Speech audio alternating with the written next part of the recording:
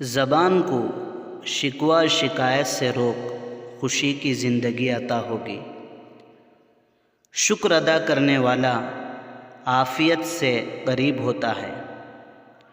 مصیبت کی جڑ کی بنیاد انسان کی گفتگو ہے۔ جو اللہ تعالیٰ کے کاموں میں لگ جاتا ہے، اللہ تعالیٰ اس کے کاموں میں لگ جاتا ہے۔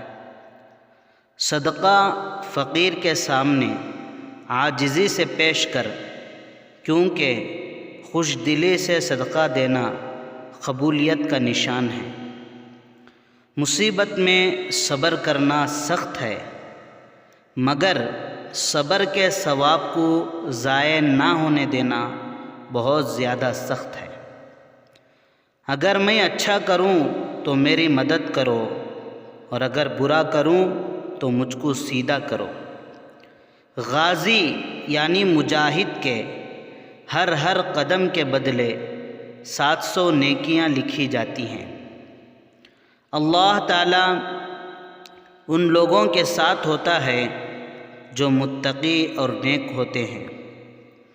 اللہ تعالیٰ نفل اس وقت تک قبول نہیں کرے گا جب تک تم فرض ادا نہ کرو۔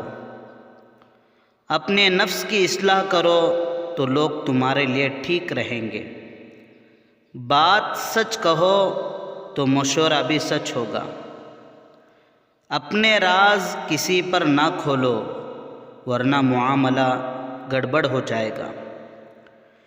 جو شخص اللہ سے ڈرتا ہے، اللہ اس کے لیے سہولتیں پیدا کر دیتا ہے، اور جہاں سے اس کا گمان بھی نہیں ہوتا وہاں سے اس کو رزق دیتا ہے۔ ہر انسان جیسا کرے گا ویسا پائے گا۔